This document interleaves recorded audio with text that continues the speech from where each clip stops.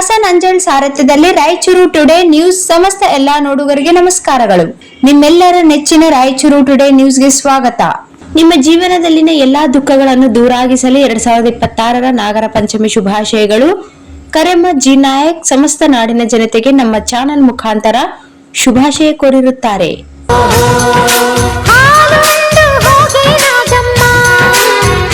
ಹಾಲು ಕೀರುಂಡು ಹೋಗೆ ನಾಗಮ್ಮ.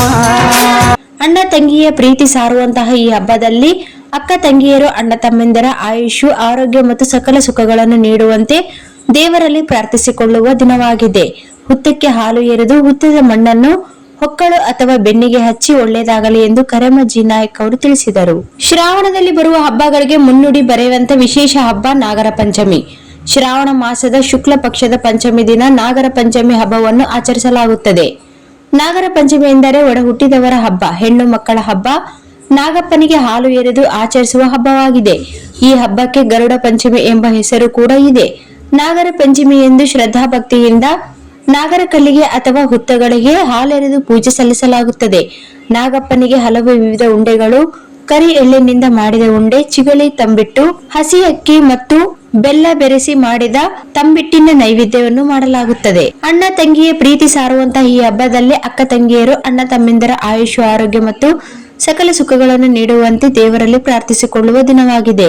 ಇನ್ನು ಈ ಉತ್ತರ ಕರ್ನಾಟಕದಲ್ಲಿ ಈ ಹಬ್ಬ ಮತ್ತಷ್ಟು ವಿಶಿಷ್ಟವಾಗಿರುತ್ತದೆ. ಈ ಹಬ್ಬದಲ್ಲಿ ಮನೆಗಳಲ್ಲಿ ಮತ್ತು ಊರಿನಲ್ಲಿ ಜೋಕಾಲಿ ಕಟ್ಟಿ ಆಡುವಂತಹ ವಿಶಿಷ್ಟ ಪದ್ಧತಿ ಇದೆ.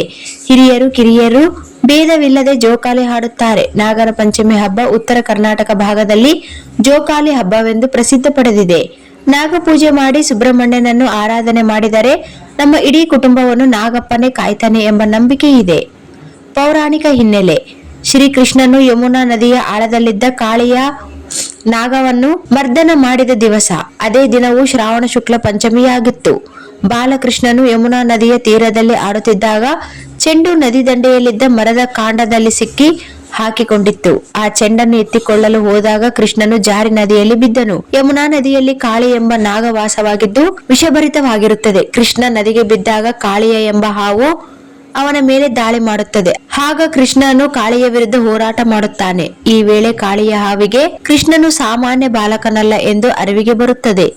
ಆಗ ಕಾಳಿಯ ಹಾವು ಕೃಷ್ಣನನ್ನು ತನ್ನನ್ನು ಕೊಲ್ಲಬೇಡವೆಂದು ಕೇಳಿಕೊಳ್ಳುತ್ತದೆ. ಕಾಳಿಯನ್ನು ಕ್ಷಮಿಸಿದ ಕೃಷ್ಣನು ಜನರಿಗೆ ತೊಂದರೆ ಮಾಡಬೇಡ ಎಂದು ಬುದ್ಧಿವಾದ ಹೇಳಿ ಆ ಹಾವನ್ನು ಬಿಟ್ಟು ಬಿಡುತ್ತಾನೆ. ಹೀಗಾಗಿ ಕೃಷ್ಣನು ಕಾಳಿಯ ನಾಗನನ್ನು ಮರ್ದನ ಮಾಡಿದ ದಿವಸವೆಂದು ನಾಗಪಂಚಮಿ ಮಾಡಲಾಗುತ್ತದೆ ಎಂದು ತಿಳಿಸಿದರು.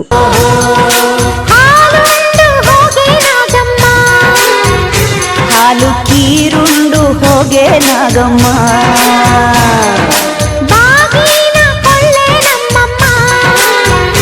ಯಾರಿನವನಾಗ ದೋಷ ಕಳಿಯಮ್ಮ.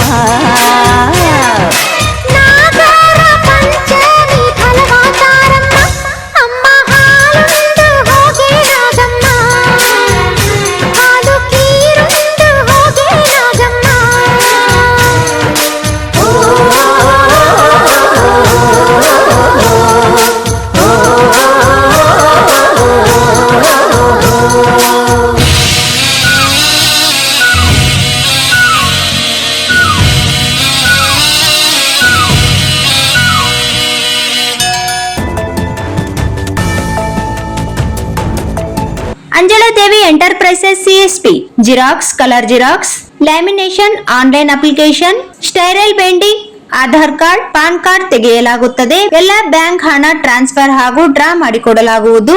ಜೀರೋ ಅಕೌಂಟ್ ಖಾತೆ ತೆಗೆಯಲಾಗುವುದು. ಎಸ್ಬಿಐ ಲೈಫ್ ಇನ್ಸೂರೆನ್ಸ್ ಹಾಗೂ ಸ್ಟಾರ್ ಹೆಲ್ತ್ ಇನ್ಸೂರೆನ್ಸ್ ಮಾಡಲಾಗುವುದು. ಪ್ರಧಾನಮಂತ್ರಿ ಜೀವನ್ ಜ್ಯೋತಿ ಭೀಮ್ ಯೋಜನೆ ಮತ್ತು ಪ್ರಧಾನಮಂತ್ರಿ ಸುರಕ್ಷಾ ಯೋಜನಾ eKYC banking mobile number update ಮಾಡಲಾಗುವುದು. ಹೊಸ ಬಸ್ ಸ್ಟ್ಯಾಂಡ್ ಹತ್ತಿರ ರಾಯಚೂರು ರೋಡ್, ದೇವದುರ್ಗ. ಸಂಪರ್ಕಿಸಲು ಮೊಬೈಲ್ ನಂಬರ್ 9148622292. ಹೊಸ ಬಸ್ ಸ್ಟ್ಯಾಂಡ್ ಹತ್ತಿರ ರಾಯಚೂರು ರೋಡ್, ದೇವದುರ್ಗ.